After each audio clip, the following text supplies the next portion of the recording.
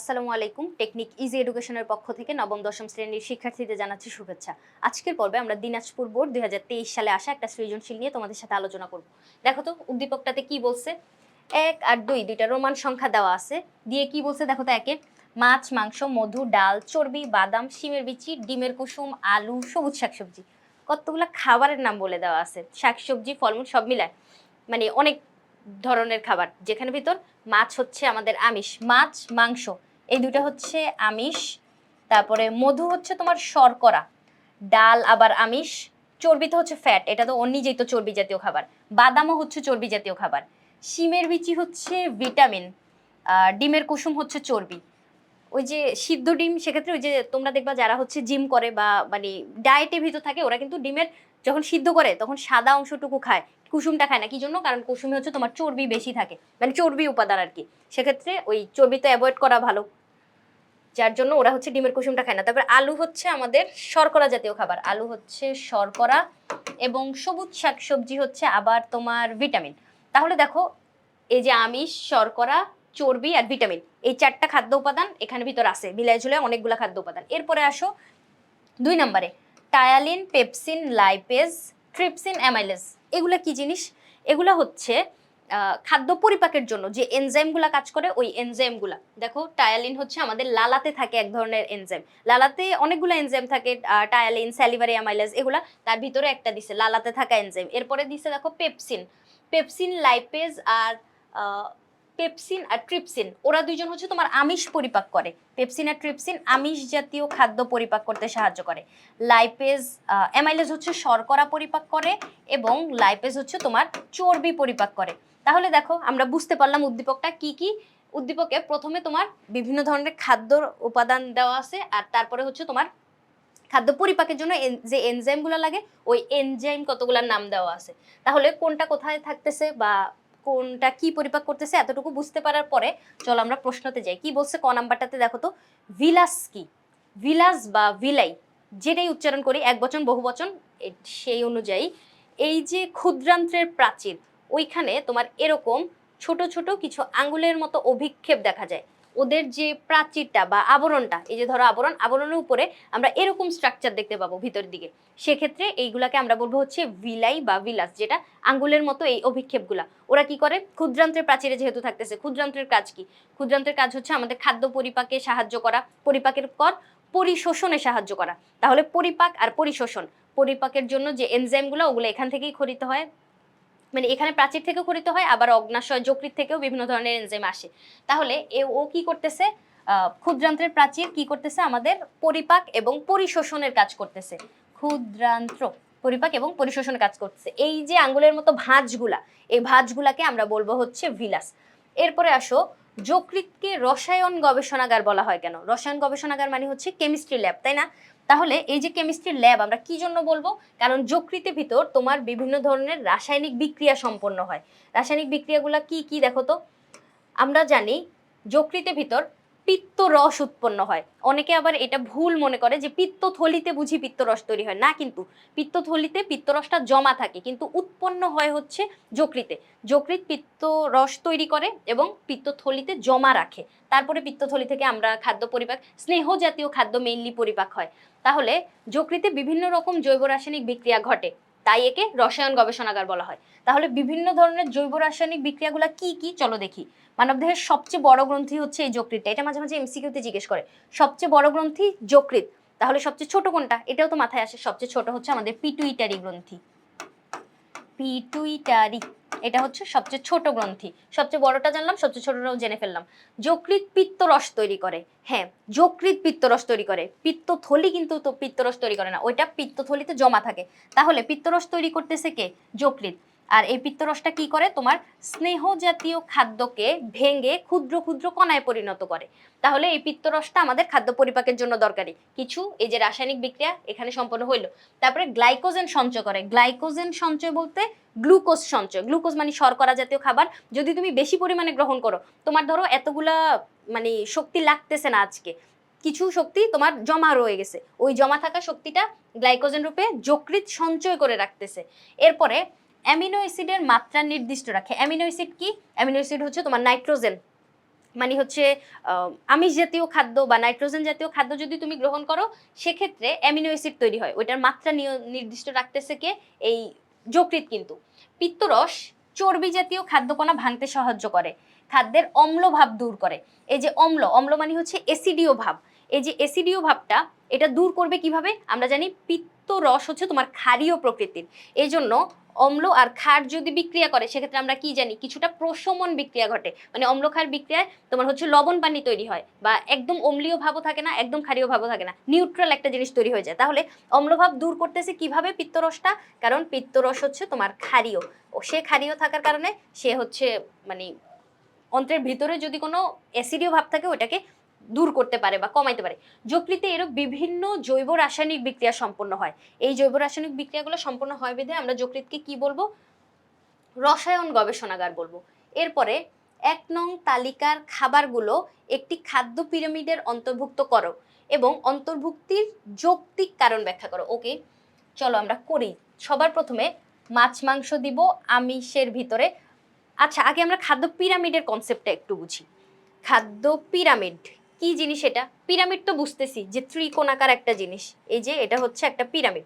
এখন এই পিরামিডটা আবার খাদ্যের পিরামিড। আমি কি এখন খাদ্যের উপর খাদ্য বসায় বসায় পিরামিড বানাবো? না, কিন্তু তোমার যতটুকু পরিমাণ খাদ্য গ্রহণ করা প্রয়োজন ওইটার উপর ভিত্তি করে আমরা যেই খাদ্যের যে তালিকাটা বানাবো, তালিকা বলতে হচ্ছে কোনটার পর কোনটা সে মানে বেশি গ্রহণ করা প্রয়োজন। সবার নিচে থাকবে হচ্ছে শর্করা, কারণ শর্করা জাতীয় খাদ্য আমাদের বেশি গ্রহণ করা প্রয়োজন। এরপরে থাকবে ভিটামিন, ভিটামিন একটু কম গ্রহণ করা প্রয়োজন। তার উপরে থাকবে হচ্ছে আমিষ, আমিষ আরেকটু কম গ্রহণ করা প্রয়োজন। একদম টপে থাকবে হচ্ছে আমাদের চর্বি। এখন পিরামিডের আকৃতিটা দেখো, এরকম না? নিচের দিকে সারফেসটা তোমার বেশি, নিচের দিকে বেশি সারফেস, যেটা বড় হয়ে উপরের দিকে কি হলো? সরু হয়ে গেল। তার মানে নিচে যে সারফেসটা বেশি, ওই বেশি পরিমাণ বা বেশি আয়তন দিয়ে বোঝানো হয়েছে তোমার ওই খাবারটা বেশি পরিমাণ গ্রহণ করা প্রয়োজন। এরপর আস্তে আস্তে উপরের দিকে উঠতে উঠতে সরু হয়ে গেছে। সরু হওয়ার মানে হচ্ছে তোমার ওই খাবারটা কম পরিমাণে গ্রহণ করা প্রয়োজন। তাহলে এরকম করে আমরা কাল্পনিক একটা খাদ্য পিরামিড তৈরি করবো। খাদ্য পিরামিড কিন্তু সত্যি সত্যি না যে তুমি নিচে দিয়ে শর্করা জাতীয় খাবার অনেক অনেক আলু রুটি এরকম রেখে পিরামিড বানালা, তার উপরে আবার ভিটামিন রাখলা, শাকসবজিগুলো রেখে রেখে, এরকম না কিন্তু। এটা কাল্পনিক। এটা দিয়ে বুঝাইতে চাইছে যে তোমার পরিমাণের উপর ভিত্তি করে কতটুকু খাদ্য গ্রহণ করা লাগবে, কতটুকু মানে কোনটার তুলনায় কোনটা কম পরিমাণে গ্রহণ করা লাগবে, এটা বুঝাইতে চাইছে। তাহলে এই যে খাদ্য পিরামিড, তার সবার নিচে আমরা কাকে অবস্থান দিব? আমরা অবস্থান দিব হচ্ছে শর্করাকে। এখন শর্করার অবস্থান সবার নিচে মানে কিন্তু এই না যে শর্করা হচ্ছে অবহেলিত, ও অনেক বেশি গুরুত্বপূর্ণ, যার জন্য ওকে আমরা নিচে অবস্থান করাচ্ছি।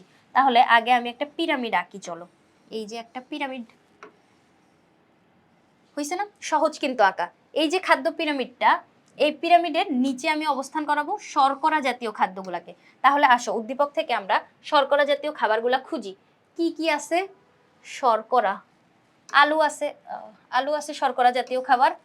তারপরে ডাল, চর্বি, শিমের বিচি, মাছ মাংস আমিষ। ও হ্যাঁ, মধু, শর্করা। মধু কিন্তু শর্করা জাতীয় খাবার। ওই যে শর্করা আবার তোমার বিভিন্ন ধরনের হতে পারে, এক শর্করা, দ্বি শর্করা, বহু শর্করা।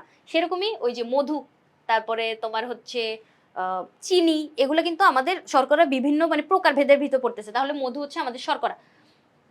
আর কি আছে? বাদাম, শিমের বিচি, ডিমের কুসুম। তাহলে আলু আর মধু পাইলাম। চলো এই দুইটাকে আমরা এখানে ভিতর বসায় দিই। আলু, মধু। কি বসাইলাম এখানে? এই পাশে আমরা বসাচ্ছি হচ্ছে শর্করা জাতীয় খাবার, শর্করা। এরপরে শর্করা তার মানে সবচেয়ে বেশি পরিমাণে খাওয়া প্রয়োজন, এজন্য আমি ওকে বেশি সারফেসের ভিতর রাখছি। পিরামিডের নিচে যে সারফেসটা এটা অনেক বড়, মানে বিস্তৃত অন্যগুলোর তুলনায়। তাহলে শর্করা বেশি পরিমাণ খাওয়া প্রয়োজন, এজন্য ওকে দিলাম সবচেয়ে নিচে। এরপরে আমাদের কি আছে দেখো তো? এরপরে দিতে হবে হচ্ছে ভিটামিন। ভিটামিন জাতীয় খাদ্য শর্করার তুলনায় কিছুটা কম পরিমাণে গ্রহণ করতে হবে। তাহলে চলো আমরা এবার ভিটামিন জাতীয় খাবারগুলো এখান থেকে খুঁজি। দেখো তো কি কি এখানে ভিটামিন আছে। শিমের বিচি ভিটামিন জাতীয় খাবার, সবুজ শাকসবজি ভিটামিন সমৃদ্ধ খাবার। এরপরে আর কি আছে? বাদাম, ডিমের কুসুম, হ্যাঁ শিমের বিচি আর সবুজ শাকসবজি। চলো এটা আমরা এখন এখানে ভিতর ইনক্লুড করি। শিমের বিচি, শিমের বিচি আর কি পাইছিলাম? সবুজ শাকসবজি, শাকসবজি। এরপরে যাকে আমরা ইনক্লুড করব, দেখো এই জায়গাটায় এখানে আমরা বসাবো হচ্ছে আমিষকে। ভিটামিনের তুলনায় এবং শর্করার তুলনায় আমিষ আমাদের কম পরিমাণে গ্রহণ করা প্রয়োজন। তাহলে এই জায়গায় দাও আমিষ জাতীয় খাবার। এখন আমিষ জাতীয় খাবার কি কি আছে চলো আমরা এখান থেকে খুঁজি। আমিষ জাতীয় খাবার আছে মাছ, মাছ, মাংস, তারপরে ডাল। ডাল কিন্তু উদ্ভিজ্জ আমিষ, মাছ মাংস হচ্ছে প্রাণীজ আমিষ, ডাল হচ্ছে উদ্ভিজ্জ আমিষ। তারপরে হচ্ছে তোমার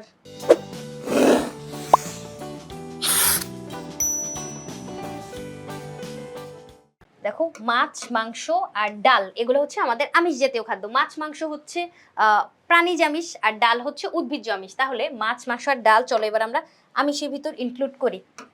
মাছ, মাংস এবং ডাল পাইলাম, এগুলো হচ্ছে আমিষ জাতীয় খাবার। এরপরে আমাদের কি লাগবে? স্নেহ জাতীয় খাবার হবে একদম উপরে। এখানে কি থাকবে? চর্বি বা স্নেহ জাতীয় খাবার। এখন চর্বি বা স্নেহ জাতীয় খাবার আমরা ওখান থেকে খুঁজে এনে এখানে লিখে দিব। কি কি আছে দেখো তো এখানে। চর্বি জাতীয়, চর্বি নিজে, তারপরে বাদাম, ডিমের কুসুম, এই যে এই তিনটা, চর্বি, বাদাম আর ডিমের কুসুম।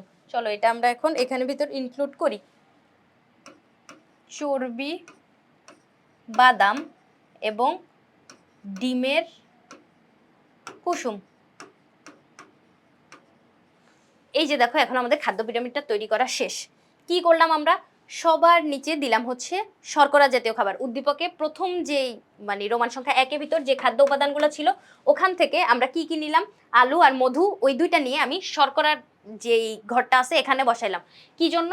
কারণ শর্করাকে আমরা সবচেয়ে নিচে দেওয়ার কারণ হচ্ছে ওর সারফেসটা সবচেয়ে বেশি, এটা সবচেয়ে বেশি পরিমাণে গ্রহণ করা প্রয়োজন। আমাদের শর্করা জাতীয় খাদ্য সবচেয়ে বেশি গ্রহণ করা প্রয়োজন, সবচেয়ে বেশি গ্রহণ করতে হবে। আর এই যে চর্বি, এটা হচ্ছে সবচেয়ে কম গ্রহণ করতে হবে, সবচেয়ে কম গ্রহণ করতে হবে। কারণ কি? কারণ এটা পিরামিডের সবচেয়ে উপরে আছে, উপরের দিকে হচ্ছে তোমার সারফেসটা কম বা এরিয়াটা কম, এজন্য আমরা এটা দিয়ে বুঝাইছি হচ্ছে কম খাওয়া লাগবে। এখন কেন চর্বি আমাদের কম খাওয়া লাগবে? কারণ তুমি 1 গ্রাম শর্করা থেকে যতটুকু পরিমাণ শক্তি পাচ্ছ, আমরা 1 গ্রাম শর্করা থেকে 4 কিলো ক্যালোরি শক্তি পাই। 1 গ্রাম আমিষ থেকেও আমরা 4 কিলো ক্যালোরি শক্তি পাই। শর্করার ক্ষেত্রেও যা পাই, আমিষের ক্ষেত্রেও হচ্ছে তাই পাই। কিন্তু 1 গ্রাম ফ্যাট থেকে বা 1 গ্রাম স্নেহ থেকে আমরা 9 কিলো ক্যালোরি শক্তি পাই। দেখো স্নেহ যদি 1 গ্রাম হয় সেক্ষেত্রে শক্তি পাই হচ্ছে আমরা 9 কিলো ক্যালোরি।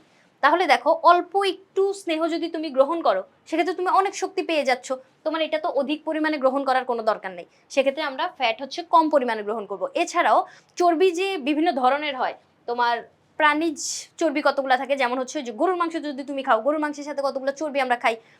আবার তেলে ভাজার পোড়ার ক্ষেত্রে পেঁয়াজু বেগুনি মনে করো ভাজতেছে, ওইখানে যে চর্বিটা বা যে তেলটা ফ্যাটটা আমরা খাচ্ছি, এটা দুইটা কিন্তু দুই ধরনের কাজ করে।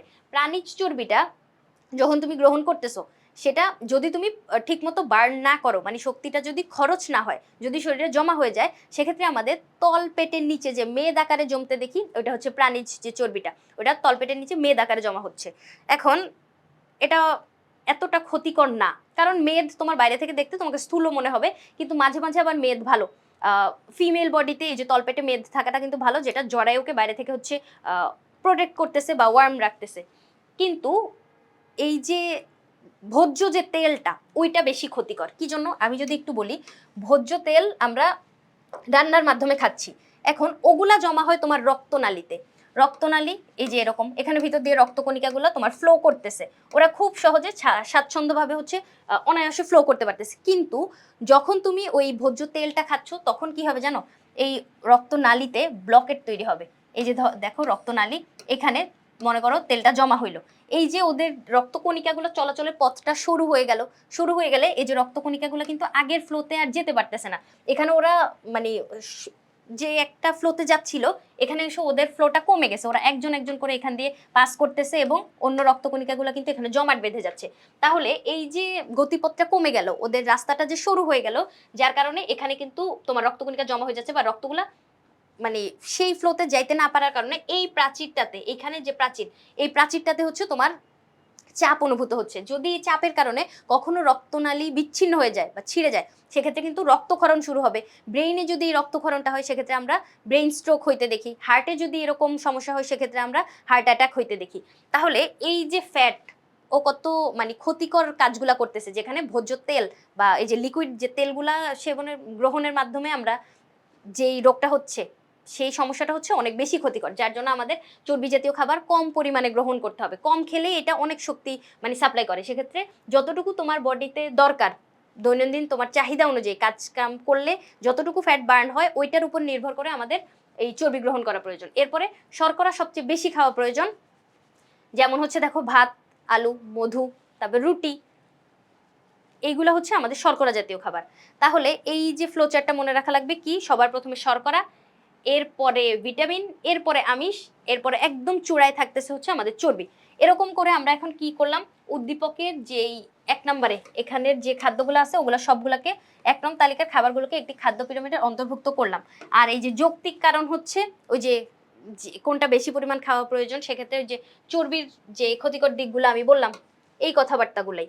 এরপরে দেখো চিত্রটা আঁকার পরে এখানে হচ্ছে যৌক্তিক কথাবার্তাগুলো নিচে বর্ণনায় আমরা লিখে দিব। এরপরে দেখো কি বলছে, 1 নং তালিকায় খাবারগুলো পরিপাকে 2 নং তালিকার অত্যন্ত গুরুত্বপূর্ণ। আচ্ছা, এই যে 2 নং তালিকায় আমাদের কি বলা আছে দেখো তো, বিভিন্ন এনজাইমের নাম বলে দেওয়া আছে না, টায়ালিন, তারপর পেপসিন, লাইপেজ, এগুলো কিন্তু বিভিন্ন এনজাইম যেগুলো কি করতেছে আমাদের খাদ্য পরিপাকে সাহায্য করতেছে। টায়ালিন কি করে, শর্করা পরিপাকে সাহায্য করে। তাহলে শর্করা পরিপাক, এই যে 1 নম্বর এখানে আমরা শর্করা দেখছি না, এই যে আলু, মধু, এগুলো তো আমাদের শর্করা, এগুলো পরিপাক করতে কে সাহায্য করবে, এই যে টায়ালিন। এরপরে দেখো পেপসিন আর ট্রিপসিন, এই যে সিন সিন ওরা দুইজন আমিষ পরিপাক করে, আমিষ জাতীয় খাবার পরিপাক করতেছে। তাহলে এখানে আমরা আমিষ দেখলাম না, এই যে মাছ, মাংস, তারপর হচ্ছে ডাল, এই যে এগুলো হচ্ছে আমাদের আমিষ জাতীয় খাদ্য। তাহলে পেপসিন আর ট্রিপসিন এই খাবারগুলো পরিপাক করবে।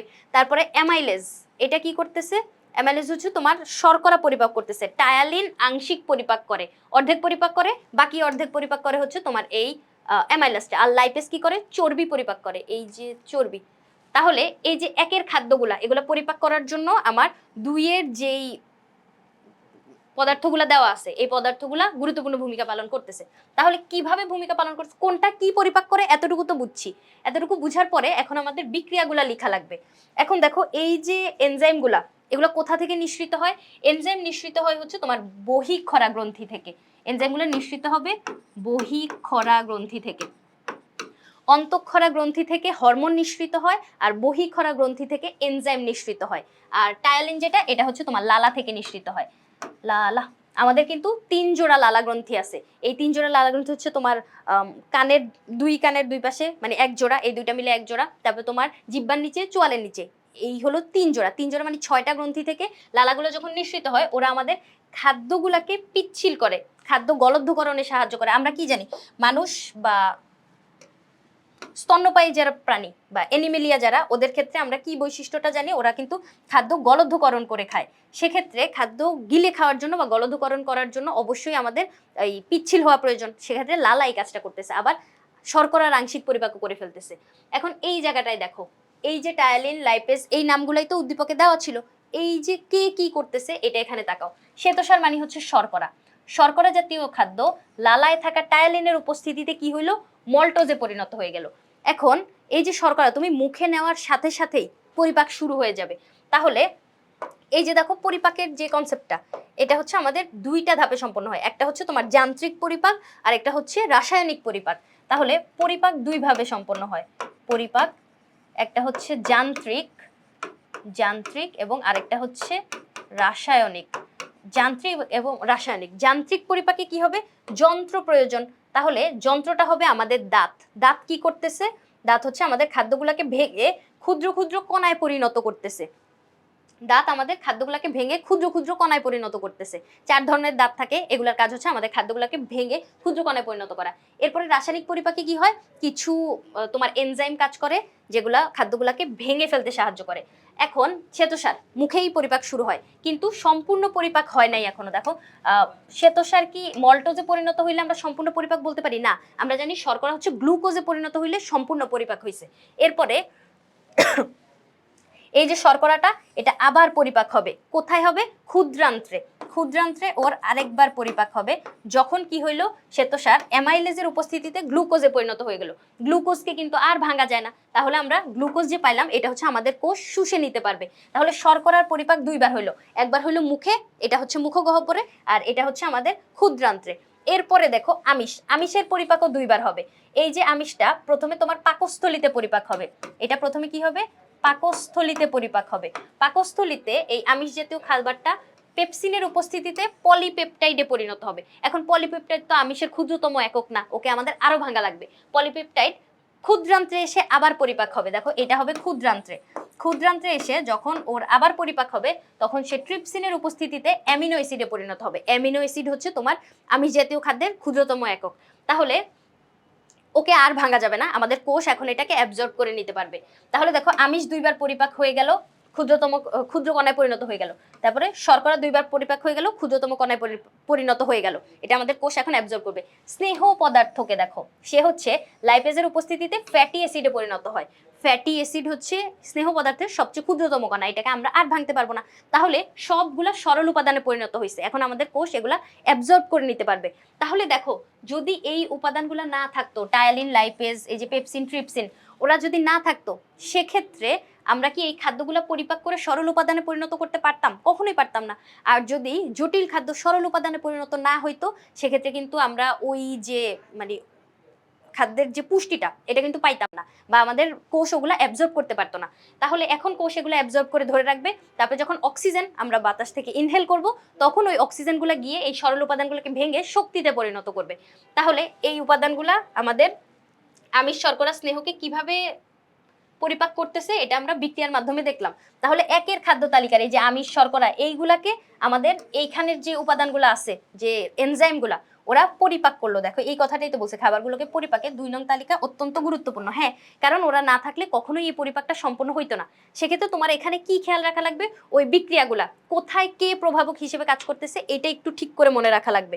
কোন খাদ্য কোন প্রভাবকের উপস্থিতিতে কিসে পরিণত হচ্ছে, এই বিক্রিয়াগুলো একদম ঠুটস্থ মুখস্থ করে ফেলবা। আর আমি যেখানে বলছি কোনটা কোথায় সম্পন্ন হয়, এটা একটু ঠিক করে মনে রাখা লাগবে। কোনটা কোথায় সম্পন্ন হচ্ছে, এই বিক্রিয়াটা সম্পন্ন হচ্ছে তোমার মুখগহ্বরে, এটা সম্পন্ন হচ্ছে তোমার ক্ষুদ্রান্ত্রে, এই দুইটা এটা সম্পন্ন হচ্ছে আমাদের পাকস্থলিতে, পাকস্থলী। তারপরে এই দুইটা আবার সম্পন্ন হচ্ছে তোমার ক্ষুদ্রান্ত্রে। কোথায় কোনটা সম্পন্ন হচ্ছে এটা মনে রাখা লাগবে। আর বিক্রিয়াগুলা অবশ্যই ঠুটস্থ মুখস্থ করে ফেলা লাগবে। তাহলে এই বিক্রিয়াগুলা যদি পরীক্ষার খাতায় দিয়ে, আর আমি এই বিক্রিয়া বুঝাইতে বুঝাইতে যে কথাবার্তাগুলো বলছি, কোথায় কি সম্পন্ন হচ্ছে, এইগুলো যদি একটু সুন্দর করে লিখে পরীক্ষার খাতায় রিপ্রেজেন্ট করতে পারো, আই হোপ একটা স্ট্যান্ডার্ড মার্কস সিকিউর করা যাবে। আশা করি বুঝাইতে পারছি। সহজ কথাবার্তা, পরবর্তী পর্ব দেখার আমন্ত্রণ রইল। ধন্যবাদ সবাইকে।